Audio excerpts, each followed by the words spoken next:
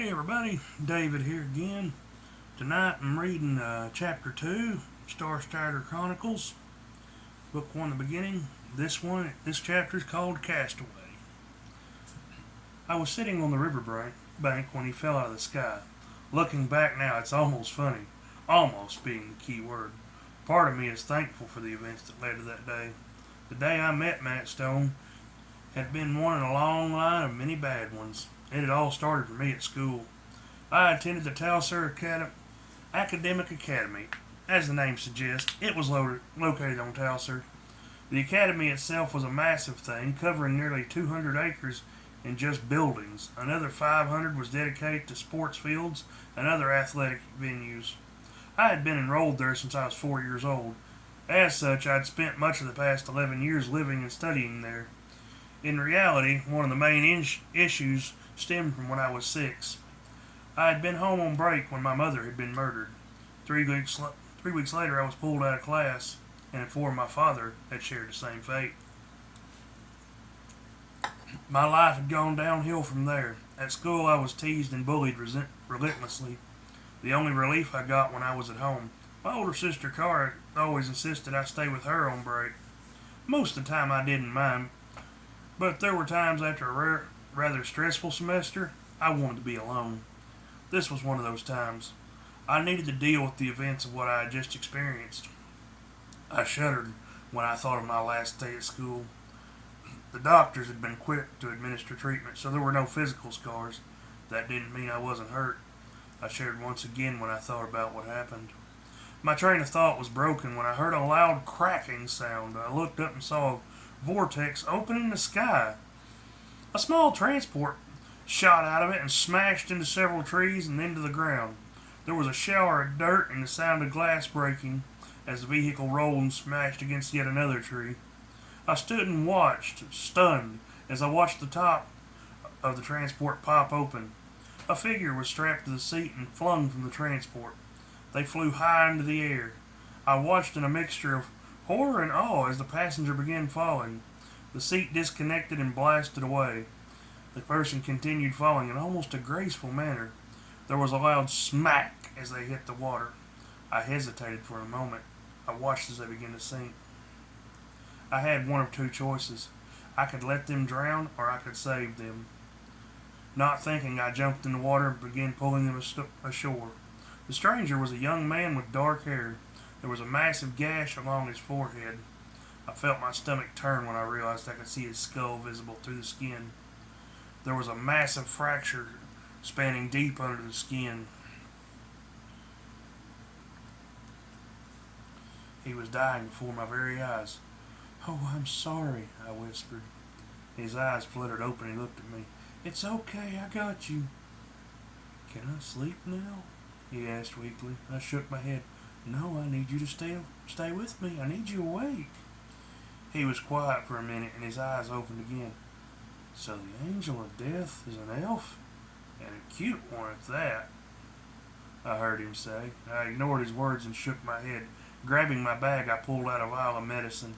"I hope this works," I thought as I rushed back to him. "Am I dying?" he asked me quietly. "Because if I am, I'm glad you're here. I don't want to be alone anymore," he whispered as he took me by the hand. I felt my breath catch. "Please stay with me till I go," he said quietly. The light in his eyes was fading. His words shook my soul, and for some reason I felt my eyes burning with tears. I pulled his head onto my lap. "Hush now," I said, trying not to cry. "I have some medicine. It will help." I poured it on his wound and he cried out in pain. "I know, just bear with it." His eyes widened and he let out a long sigh. I felt his body grow heavy in my arms. Panic filled my heart. "No!" I shrieked. Don't you die on me," I begged tearfully. I grabbed my bag and pulled out a small metal flask. With my teeth, I pulled the cork out and dumped the contents down his throat. "What am I doing?" I asked myself. "I don't know who this person is, so why am I doing this?" I asked aloud. "I don't want to be alone anymore." Those words echoed in my mind. I kept thinking of what I saw in his eyes was something familiar. Loneliness and pain, two things I knew very well. Please work, I begged as the last drop of the medicine dropped into his mouth. His body jerked and he began shaking. His temperature soared and he began sweating. I hurried to get his wet clothes off of him. God's above and below, please let him live, I begged as I pulled off his soaked coat. I'm sorry for this, I said, ripping the tattered shirt he was wearing to pieces to get it off of him. Within a few minutes his shaking subsided. He began breathing normally, and I hoped he would survive. A large furred creature emerged from the water and looked at us. The beast looked like a cross between a bear and an otter. Where have you been? I asked it angrily. The beast was called a choker. This particular one was my pet. He hung his head and let out a low whine. Artaz, I need your help, I said, rolling the stranger onto his jacket. I need you to pull him inside. Artaz looked at me and sniffed the stranger. He let out a whine and licked his hand. He gripped the coat in his mouth and dragged the man into the cave behind us. I had set up camp inside. Once he was inside, I hurried to build a fire. I can't leave you in these wet clothes, I said as I worked. Artaz came back with the bag the stranger had. I paused when I realized I needed to take his pants off. I felt my heart race as I unbuckled his pants. I closed my eyes and steeled myself. That's when a hand touched mine. I let out a scream that echoed in the small cave. What are you doing? The stranger asked me quietly. I opened my eyes and realized he was awake. Your clothes are soaked and I didn't want you to catch a chill, I told him weakly.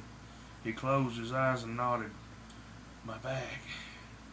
It has dry clothes. I keep them wrapped in a plastic bag, he said weakly. I opened the large sack and began pulling out bags. One of them, as he said, was full of clothes. There was even a thin, silvery blanket. I froze when I pulled out the long gun. It looked old and strange, but I could tell it was dangerous. I can dress myself, he said weakly. I nodded and hurried outside. Okay, I'm dressed, he called a few moments later. I came back in to find him sitting near the fire. He had on a pair of faded jeans, and that was it. His soaked clothes lay near the fire, steaming. He looked at me and rubbed his eyes. He then shook his head and blinked several times. Are you okay? I asked him. He wrapped the blanket around himself and shook his head. Nope, not one fucking bit, he said quickly. Do you want to talk about it? I asked him weakly. He shook his head. Can I sit with you? I asked with a smile. He shrugged and mumbled something non-committal. I sat beside him and he stiffened as if frightened.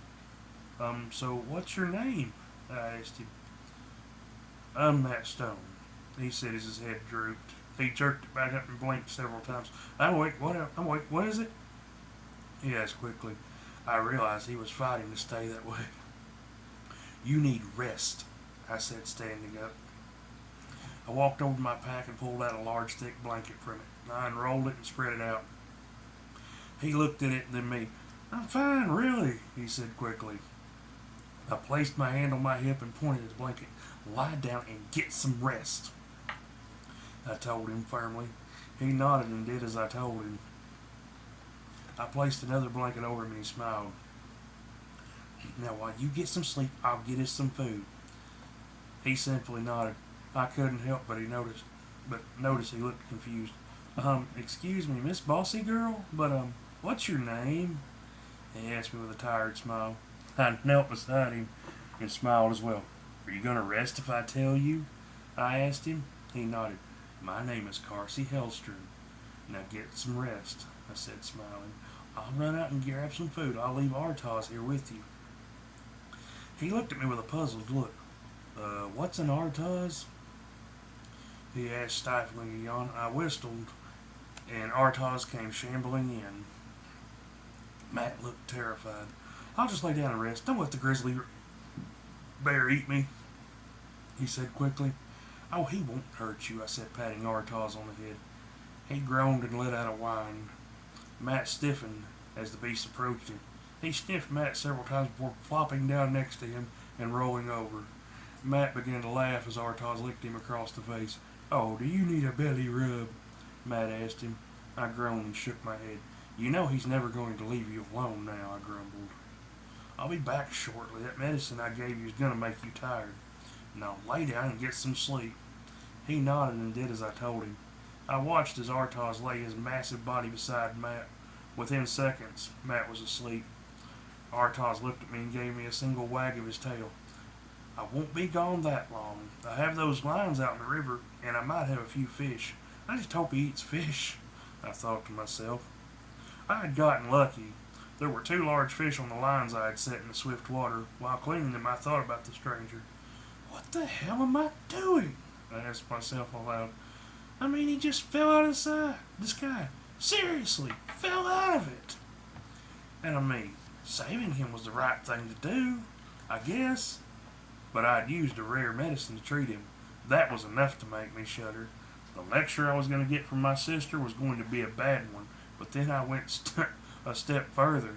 Not only had I pulled a stranger from the river, I had used the only vial of CO elixir I had. The stuff was not only rare, but prohibitively expensive. My older sister was going to faint when she learned I used it on a stranger. Well, she's going to be mad either way. I was positive the school had called her. I groaned and stared up at the sky. What the hell was I supposed to do? Leave him to die? I felt tears staining my eyes. That was something that worried me. Why was I feeling this way? I didn't know Matt, or where he came from. So why did the thought of him dying hurt? I don't know him, and I don't owe him anything. I found myself thinking the same things while I worked. Please stay with me until I go. I don't want to be alone anymore. Those words and that look of loneliness and pain, not physical pain, but a deep spiritual pain. He was the same as me. I need to talk to him. I need to find out who he is. And I need to know more before I make a decision, I told myself. Once I cleaned the fish, I set about cooking them. And while they cooked, I checked on Matt. He was, as I hoped, still sleeping. Artaz was curled around him protectively, sleeping as well. Oh, come on, Artaz. You know we can't keep him, I said quietly. Artaz really wasn't mean, but it was rare that he liked a stranger. I saw Matt's bag laying next to him and decided to look through it. I found extra clothes, a box of strange-looking bullets I assumed went to the gun, a long knife, a roll of wire, and some strange cables, and a few odd tools. Nothing much gave me any information about his origins. I put everything back in the bag and returned to cooking. I was taking the fish off the fire when Matt came stumbling out of the cave. Is it okay if I get up now, Miss Bossy Elf Lady? He asked with a grin. I smiled and patted the ground next to me. I don't know what or if you eat, but I grilled some fish. I had the fish put on a thick leaf from a gora tree. Matt's eyes widened when he seen it. Hot damn, he said excitedly. So where exactly do you come from, I asked him. He sat there eating for several seconds. Earth, he said around a mouthful of food, looking up the sky. But how I got here is another story. I sat and listened as he told me about how he had arrived on Arcturus. Who do you think killed Carl? I asked him around bites of fish. Matt shook his head. Shit, take your pick. He was involved in who knows what. I mean, his mother was the reason he wasn't in jail. It was only a matter of time before he got killed or arrested. I didn't know about it till Paul called me. Shit, I have no idea what happened, he said quietly. But it doesn't matter anymore. My life's been over for 14 years. Yesterday it finally came to an end. He gave a bitter smile and looked up at the darkening sky. You know, I should be freaking out, he said. I'm on an alien planet. You look like an elf. No offense intended. You're cute, which his statement caused my ears to burn in embarrassment. But this entire situation should be impossible. I'm glad it's not. I mean, I've seen some weird shit in my day. I was unsure what to say to him. He lay back on the ground and stared up at the sky. Near nightfall, we moved back inside the cave. The two of us sat near the entrance talking. I soon found he had an excellent sense of humor. More than once I found myself doubled over in laughter. The two of us talked until late into the night. Alas, the hour grows late, and I am weary, he said as he lay back on the ground. Don't you want the blanket? I asked him. He shook his head. Nah, if it gets too cold, I can always use Artaz as a heater. Upon hearing his name, Artaz wagged his tail furiously. He wiggled over to Matt and laid his head on him. See, he even agrees with me. I smiled and banked the fire before lying down. I sat there watching him for a long time. It wasn't long before he was snoring lightly. What am I going to do with you? I asked Matt, sleeping for him. I lay there next to the fire thinking. Finally, after what felt like hours, I dozed off. Oh, scream if you want. I like it when they scream, a voice said softly. I woke up gasping. Karsay! Karsay! Hey, sweetie, wake up. It's okay. I got you, I heard Matt saying. I looked around and realized I was safe. I saw his concerned face and I burst into tears. I leaned against him as I cried. Okay, he said, clumsily patting me on the back. It's okay. I'm here now? It was nearly an hour before I was even able to try and talk. What happened? I asked him as I wiped my eyes. Matt shook his head. I woke up to find you next to me screaming. It took a good 5 minutes to wake you up. Hartaz whined and nudged me with his nose. I sniffed and patted him. Do you want to talk about it? Matt asked me quietly. The two of us gave up sleep and were back at the entrance watching the stars. It's hard to talk about, mostly because I keep trying to forget it happened, I told him quietly. It's like if I say it out loud then. My breath caught and I began crying again. It becomes real, he said, putting an arm around my shoulders. I nodded and wiped my eyes. We sat there for a long time. I was nearly raped a few days ago, I said quietly, heard him gasp. Dear God, Karsay! Oh, are you okay? I'm so sorry. Please tell me they got the son of a bitch that did it. Do your parents know? What did they do about it? He asked quickly. I nodded tearfully. The assailants were arrested, but my parents are dead. It's just me and my sister now. Oh, Karsay, we don't have to talk about this, Matt said quickly. I shook my head. No, I need to. I need to talk about it before I lose my mind. I sat there next to him quietly for several minutes. I told him about the school I attended and my life in general. My parents died several years ago, but I was already enrolled in the academy, so instead of staying home, I stayed there. I was bullied every day. It was the same every day for me. I only had two friends, Gail and Keita. They were the only girls that ever were nice to me. Nobody messed with Gail because of who she is, and Keita was good at staying out of sight. I began to shake as memories of the attack came flooding back. I had left class and was heading for my dormitory. I was near the restrooms when I heard a low buzzing noise. There was a jolt at the base of my skull and my body went limp.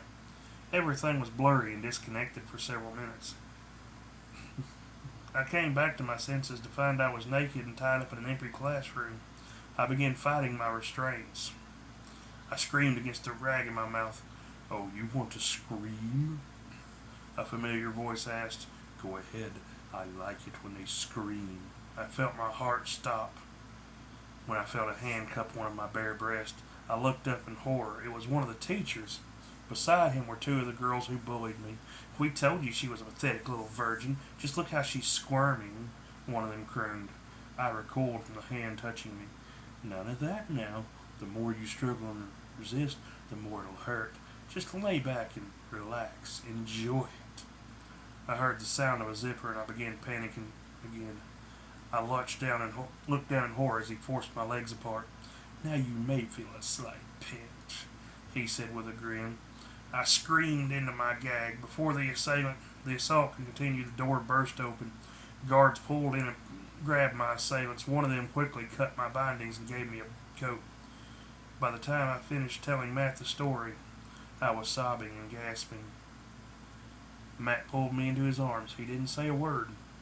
He simply held me and stroked my hair. It felt good to finally talk about it.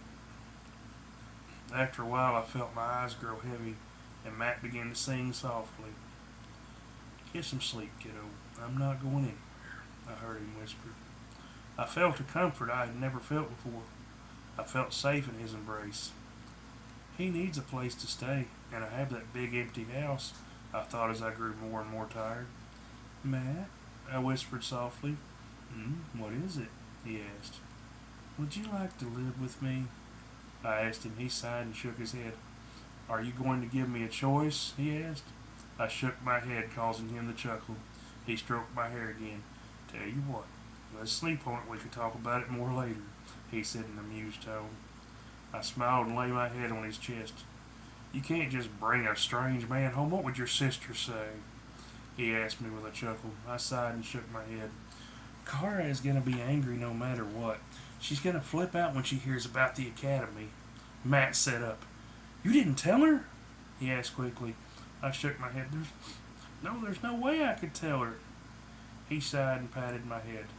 She's going to be mad at me, I said, wiping my eyes. Matt shook his head. I don't think she will be. But you shouldn't hide it from her. I think that would upset her more. I leaned my head against him again and thought about it. Will you go with her to talk to me? I asked him. He sighed and nodded. You know I will. Now get some sleep. I wrapped my arms around him and he stiffened. Karsay, what are you doing? He asked nervously. I looked up at him and smiled. It's called a hug. Do they not do this on Earth? I asked him. I saw sadness in his eyes. Yeah, they do, but he seemed nervous to talk to me. The last person to hug me was my mom, and she died 14 years ago. I felt my heart break. I remember him saying she had passed when he was small. I squeezed him tighter. That I'm going to hug you 1,000,000 times a day.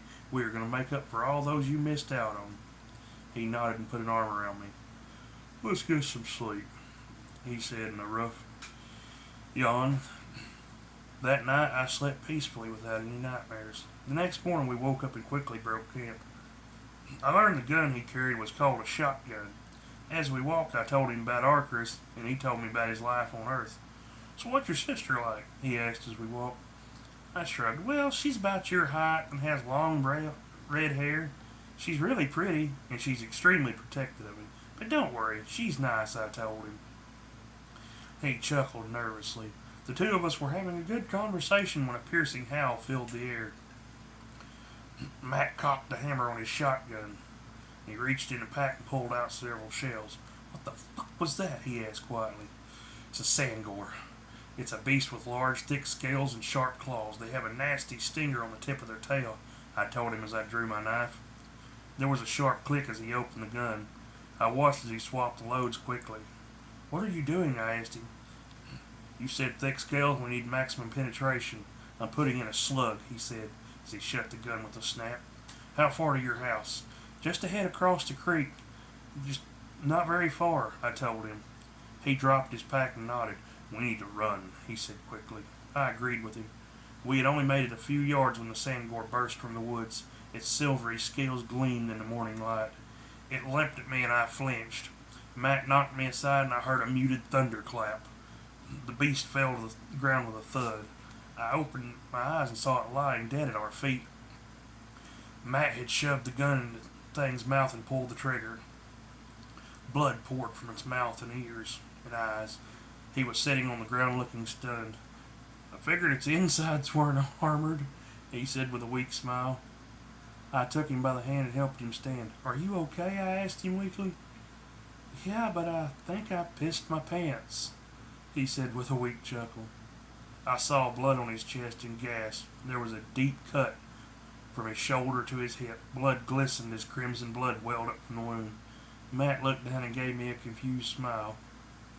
Well, shit. I liked this shirt, he said as a gout of blood spewed from the wound. I screamed in horror and loss as his body hit the ground. And that was chapter 2, everybody. Like and subscribe to the channel. I'll put a link to it in the comments or the description if you'd like to purchase the book or download it on Kindle. Y'all have a good night.